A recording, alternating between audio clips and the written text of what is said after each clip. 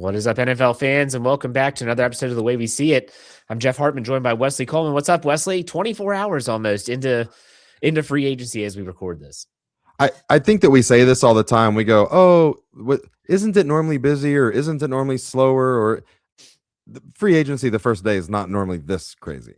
I don't feel like this. And remember, this is just the legal tampering. These people did not start talking until not at all. Not at all.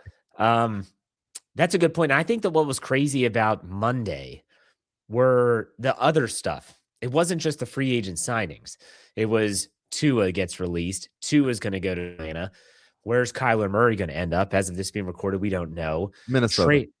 Probably. Trades that went down, whether it's Pittman going to Pittsburgh, a couple other options. There was a lot of news that didn't happen with free agency. And so I think that's what kind of Steelers getting 4 compensatory picks.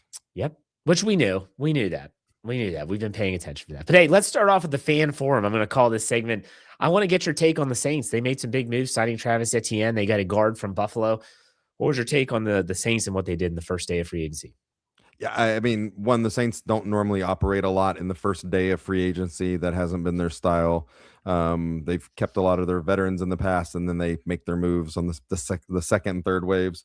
This was a huge day for the Saints. We're not going to have one of the huge splash signings necessarily, or a couple of them, the big $100 million deals, but this is exactly what the Saints needed to do. Bringing in Etienne as a running back. There's some stuff they restructured Alvin Kamara's deal, where basically he's getting the league minimum, and they have up until almost week 1 to decide if they are going to not have him, and they don't have any penalty for it. Like Alvin Kamara's agent screwed up really bad. But and the Saints also get a guard, David Edwards from the Bills, first or second best guard available on the market. It's who the Saints definitely wanted. Noah Fant as a backup tight end, and then getting Ryan Wright as a punter. The Saints have been the worst punting team in the NFL for multiple years now. Getting a guy who can definitely flip the field. Again, 2 of these are starters and big signings. The other 2 are great depth signings that people that are going to play a lot of football for us. So it's great. What do you think is going to happen with Kamara? Oh yeah, I don't think that you can pay him $11-12 million to be your running back. No, but do you think he retires? I don't think he's going to play anywhere else. I don't know if he right now thought he was going to retire, but I think that when the Saints play hardball with him, and I'll just say this, I like this part. Listen, I love different players for the Saints. Alvin Kamara is one of my 3-4 favorite players ever for the Saints. But I am a Saints fan before I'm a Alvin Kamara fan. I am a Saints fan before I'm a Drew Brees fan. Right. All of that. And I love these players, and I'm invested, and I buy their jerseys, and I go and support them. But I want the franchise to be good going forward. And the Saints have screwed up for years of having older players at the end of their career getting paid high salaries because they were emotional about this stuff. And for a team that was willing to let Demario Davis go, listen, love Demario Davis. He's probably going to be good next year, but he just signed a 2-year deal over $20 million. I don't think he's a $10 million player in 2027. I'd rather get rid of him a year early than a year late. Letting Cam Jordan go look at the market. I like what the Saints are doing right now. And unfortunately, Alvin Kamara, one of my favorite players, is it's probably time. I'm just curious what he's going to do, because I know you've talked about on this show before that he has hinted at, if I don't play in New Orleans, I'm just going to be done. And I don't know what's going to happen. He was more than hinting, saying last year if the Saints would have traded him at the trade deadline, he was going to retire. Yeah. So that's what kind of piques my interest. But it sounds like you've been happy so far with what the Saints have done. Thrilled. Good. That's awesome. What about you? Have y'all found a quarterback? No, we haven't. Well, we add wide receivers because that's important, even though we don't have someone to throw them the football. No, I thought that the Steelers, and it started Monday morning, they signed 2 of their own. They signed Cole Holcomb to a minimal deal, inside linebacker, special teams guy. Asante Samuel Jr. comes back on a 1-year, $4 million deal. And that kind of set up what was going to take place in free agency. It was the Michael Pittman trade that was really a big deal. I thought that it was genius. The Colts, and I think it was Pittman's father, actually put this out on Instagram, that these 2 parties have been working on this for a couple weeks now. My guess is going back to the combine. Shocker, they talk. But anyways, that The Colts said if we can get Pierce, then we'll shop Pittman. And the Steelers, I mean, there was a pick swap and a salary dump. That's it. Like that was was crazy. What's that? I think it's a great pickup for them for sure. Definitely need that. And then I really like the Rico Dowdle pickup for y'all. Me and you were texting about this. I hate y'all losing Gainwell because as a receiver, he's great. And I think that for the game that your probable quarterback Aaron Rodgers plays, Gainwell is really good for him. So I think it hurts the receiving game there. I think Pittman makes up for that, but helps your running game, which Aaron Rodgers at this part in his career needs a better running game than y'all had last year. Absolutely. He and Jaylen Warren will be a good 1-2 punch. For sure. Jamel Dean, I think that's his name. I'm trying to see if that's Jamel Dean. He played for Tampa Bay. You're an NFC South guy. What do you know about the cornerback there? Anything? Not a lot. I mean, it's Tampa Bay's done good on the back end of their defense and stuff like that. So he can play. For free agency, I love the cornerback signing. It was awful to see Kenneth Gainwell go. I never thought that the Steelers would get Rico Dowdle cheaper than Kenneth Gainwell, though. Crazy. Kind of surprised. One thing I wanted to ask you too, the follow-up now that Minkah Fitzpatrick has been traded to the Jets and got a 3-year, $41 million deal, 41, something like that. How do you full circle? How did the Minkah Fitzpatrick trade work out for the Steelers? Not good. I feel so bad for that guy. He just drafted in Miami with Brian Flores. He gets traded to Pittsburgh in 2019, thrives, gets traded. Then he goes to go back to Miami. Then he goes to the Jets. Now he's making a lot of money. He's going to be laughing all the way to the bank. But the Steelers get Jonnu Smith. They cut him to save themselves $7 million.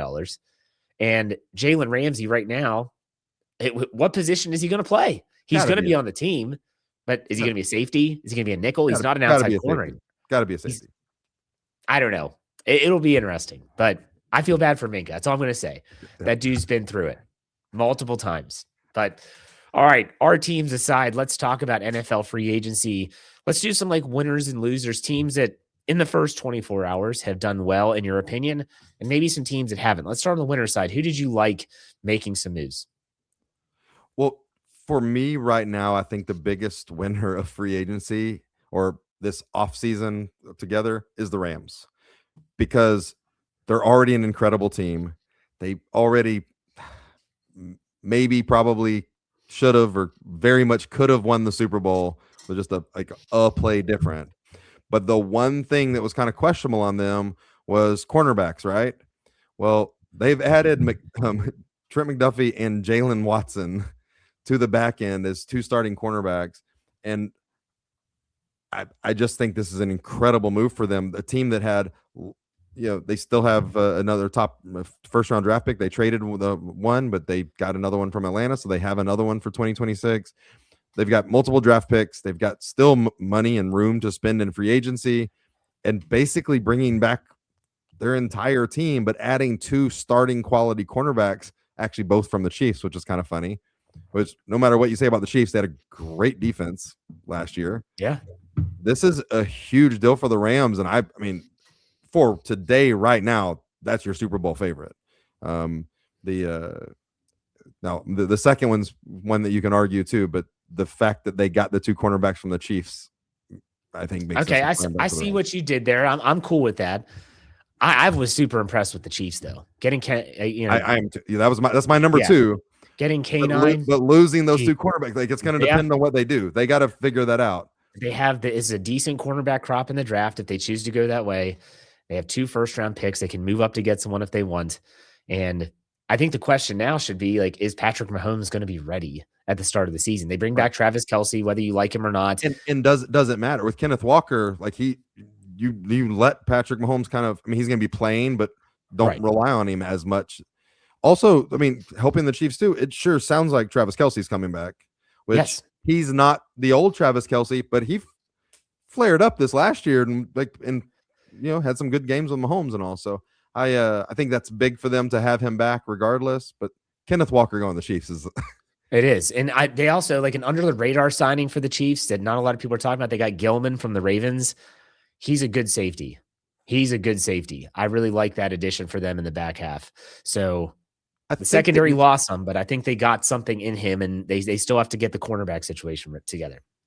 Yeah, for me so far, the big winners of free agency have been like the really good teams, playoff contenders, Super Bowl contenders that have made some improvements. And I think me and you disagree on one. Listen, I'm not a Lamar Jackson guy, but the Ravens getting Max Crosby, if that brings their defense down from 20th in the league to 12th, it's pretty tough. Okay. I can't. I'm disagreeing with you on the Baltimore Ravens. And there's so many layers to this that we could probably do an entire podcast on the Baltimore Ravens in 2026. Are they going to restructure? Are they going to restructure Lamar's contract for 4 p.m. on Wednesday? Or are they going to talk extension? Because that's okay. You're getting into he's 30, he's going to be 30 plus years old. Mm-hmm. Is he still durable? Can he still move? If he can't, is he a pocket passer? They lost Isaiah Likely. They lost their third tight end. They lost their center. They lost one of their safeties. They lost a cornerback. And they gave up 2 first-round picks to acquire Crosby. Now, I am not saying that Max Crosby is not going to be an impact player for Baltimore. He will. But I think that when you look at what they lost and what they've gained, I think it weighs in the wrong direction for Baltimore. Yeah, I mean, I told him I'm not the Lamar guy, but if I get it that this move and the other moves that go may be hurting the Ravens in 2029. But I think this move for this year and probably 2027 makes them a contender if Lamar, starts playing the way he did in 2020. Did you think they were a pass rusher away though? Listen, I don't watch the Ravens a lot. I was happy that they were terrible last year. I was rejoicing in that. But I honestly did not watch them enough to know either way. Like they're not a fun team for me to watch. I don't like it. I do watch them, unfortunately, because it's a division opponent. They weren't a pass rusher away. There were a lot of gaping holes in that roster. And I think this team, when it comes to the public perception, the national media perception, and what I'm seeing take place, I just feel like it is completely backwards. I honest to God do. I'm not saying that they're going to be terrible. I'm not saying that it's going to be a losing season in 2026 or 2027. They are coming up to a very important crossroads as an organization, and how they handle it's going to be very important. And I think that's why they did it. Is they new coach and all that stuff. They could not take another step back, or they couldn't have another repeat of 2025. They had to do something massive, and I mean they got the price up there. Okay, with mixture of kind of with the Ravens, I will say another maybe winner. I'm punting on this, but the Raiders could be a winner in free agency. I was going to ask you which side you had them on, because I feel like they're on the middle for me. It really like, listen, how these players end up playing is going to make it, because they've signed some guys that it's like, I don't know. Like, I think they way overpaid Linderbaum. They probably had to get him from Baltimore. But again, if he plays well, that's good. I really like the Naylor signing. I think that's a great receiver to steal from the Vikings, and the price they got him at is going to be really good for a young quarterback. But then they've got a whole bunch of Quay Walker and Nakobe Dean, 2 good linebackers. I like both of those. I think those are going to work out.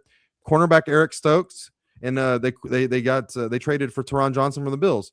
Good cornerbacks, but are they proven enough? I don't know. If they improve, if those 4 guys get better in their career after going to the Raiders, huge time for them. But also they got Kuntz and Kwity Paye, 2 edge guys.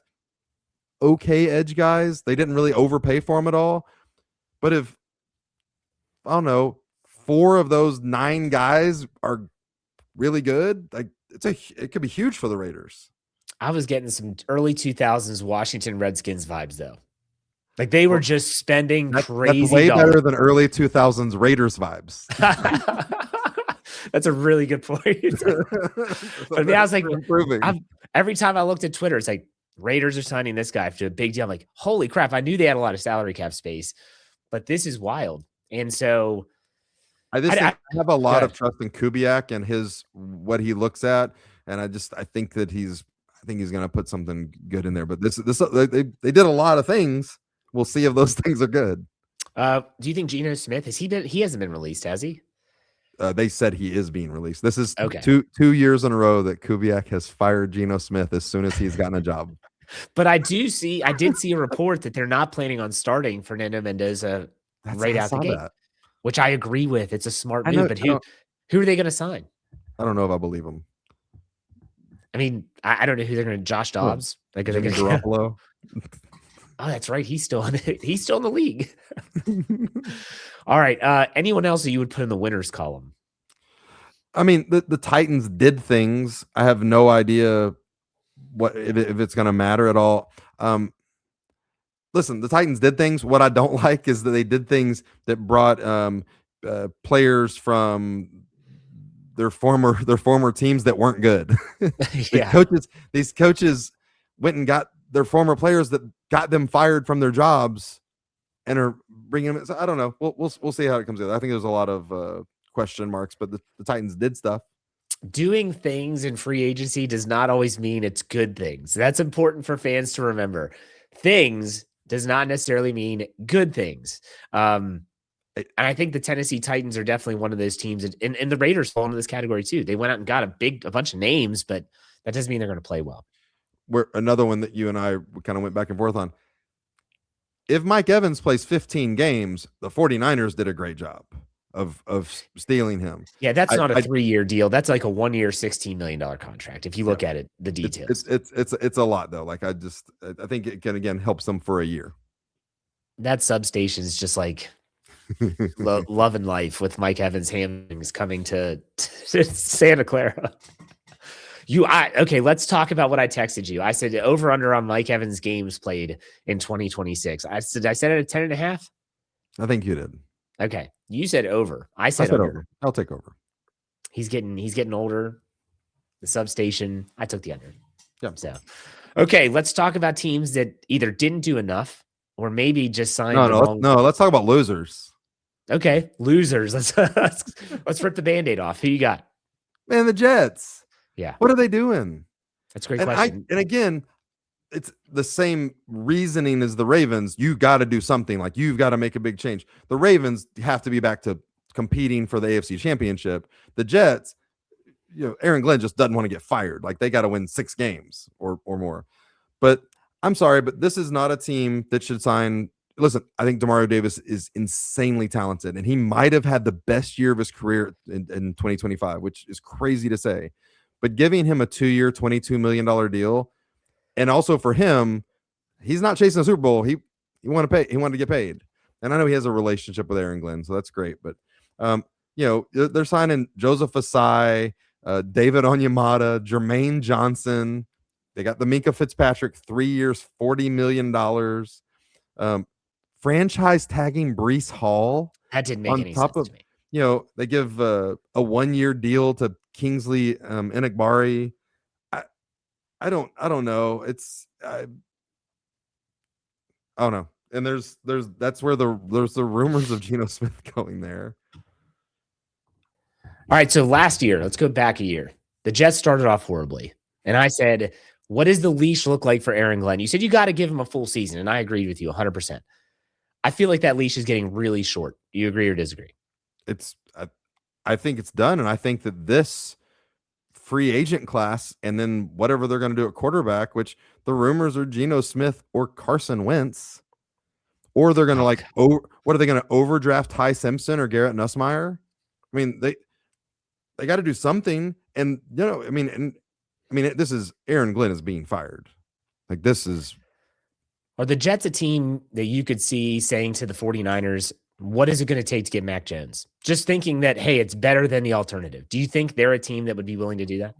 I think a lot of teams would, and I think the 49ers would and should hang up. I don't think they would take almost. I mean, you'd have to a huge overpay for them to get rid of Mac Jones. I think that I heard 2nd-round pick for Mac Jones. That would be a lot. Yes, it would. Yes, it would for a guy that could be just a system guy. But okay, the Jets are an obvious loser. Who else do you have on the loser list? I mean, what did the Browns do? Like, what? I don't know. What about both Ohio teams? Yeah, I mean, you gonna hate on Cincinnati? Yes, I always hate on Cincinnati because they're a crap hole, but still, I mean, the Browns, I don't know. I'm gonna start getting angry again about the Deshaun Watson contract and how they keep on getting out from underneath They, it. But other than the that, Browns needed to improve their offensive line, if anything.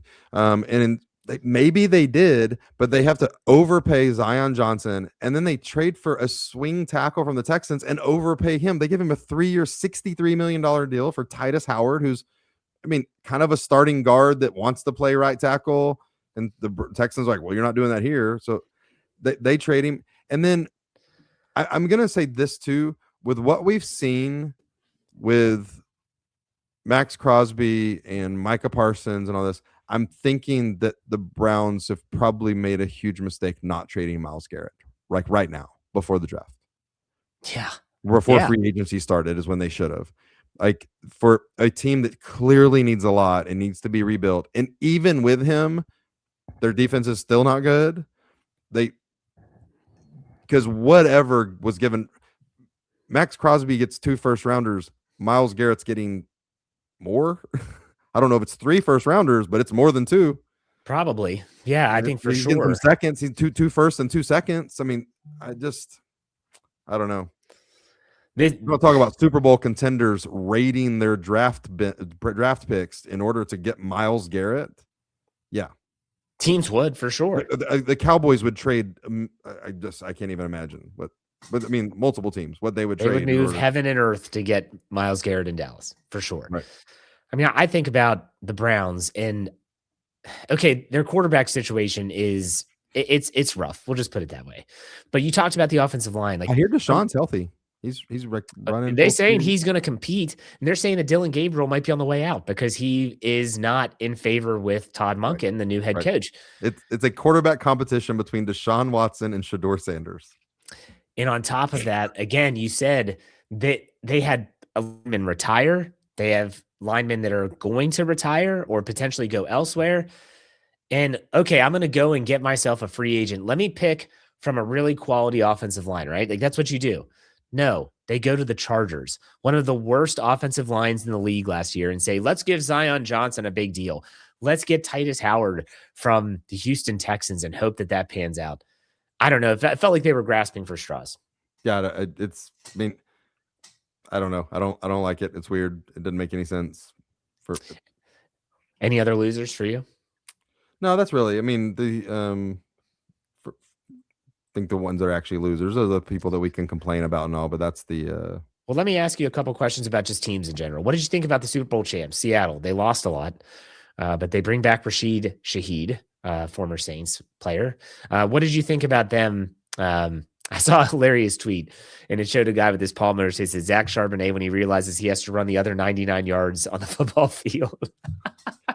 Yeah, I think it's a it's kind of one of those things. It's a rough off season for them, but it's what you expect when you win the Super Bowl and have free agents. I mean, it raises the price of your free agents when you win the Super Bowl. Kenneth Walker and his deal, he would have. I mean, even if they lose the NFC Championship game, he's getting $3 million less a year, $4 million less per year. Like, he really, off of winning the NFC Championship and then what he did in the Super Bowl. I mean, during that Super Bowl, he raised himself a couple $1 million per year. It was crazy. Yeah. But Seattle's not. I mean, they got the Super Bowl. I don't think it's that old talk of dynasties and repeating. It's really tough these years. We've for a team like Seattle that flares up and kind of wins it. I think they'll be competitive. What they kept together on offense is good. Having their 3 big receivers come back and keeping Shaheed, which they probably overpaid him a little bit, but they need him.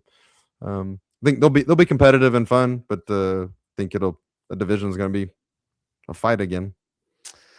Yeah, it's crazy. I mean, you had a lot of teams that just kept their own. They signed their own free agents. But I want to go to a trade that happened before free agency, and this was kind of overshadowed by the Max Crosby deal. What did you think about the Bills sending a 2nd-round draft pick to Chicago for DJ Moore? I mean, the Bills have to do something at wide receiver. During the playoffs, and they almost won a playoff game with Brandon Cooks was really their wide receiver 1. And then their young receiver, Coleman, who they, he's had some struggles, but who they still need to be like trying to develop, they come out and talk crap about him in a public setting at a press conference, which I'm surprised he hasn't been traded. That's so weird. I mean, I don't know if he can stay through the draft, but I mean, they have to do something. I think DJ Moore's got something left for sure. And then the Bears, it's where they needed to be with being able to move on and develop their younger wide receivers. They're ahead of schedule. Bills fans are pissed when they saw what the Steelers gave up for Pittman compared to what they gave up to DJ Moore. They're pissed. Yeah, and they should be. And you got a late round pick swap, and you had a guy with comparable stats, and you gave up a second round pick, and all the Steelers did was just kind of take on the deal and give him a new one. That's rough. I think I would take Moore over Pittman the next year. Well, hell yes, because of his quarterback. Right. Yeah. Which the Steelers don't have one. They don't have one. Yes. Mason Rudolph's going to be great. It took 7 years for Sam Darnold to figure it out. Mason Rudolph's got a couple more years of development, and he's going to be a pro. He was drafted in 2018. Never mind. He's already out of his window. Oklahoma State. Oh my gosh. Man, that was crazy. Okay. This has been a good show. There's going to be a lot of other news that happens in NFL free agency.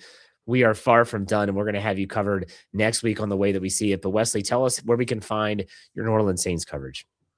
Yeah, so you can find us on Don't Patrol Podcast, all of your streaming platforms, Don't Patrol Podcast, and you can find us on X at Don't Patrol PCast. You can find me at HootAtWesley13.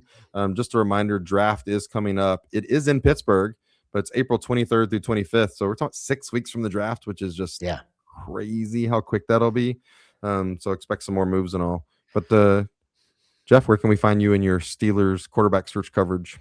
Yeah, you can find us at the Steel Curtain Network, wherever you get your podcasts, or steelcurtainnetwork.com. You can find me on Twitter at jhartman, HARTMAN_PIT. And with the draft coming up and teams are filling some of their needs, we'll have a clearer picture of what to expect in round one. So we'll be talking about that as we go. But Wesley, man, thanks for your time, man. We'll talk next week. Take it easy. Thank you.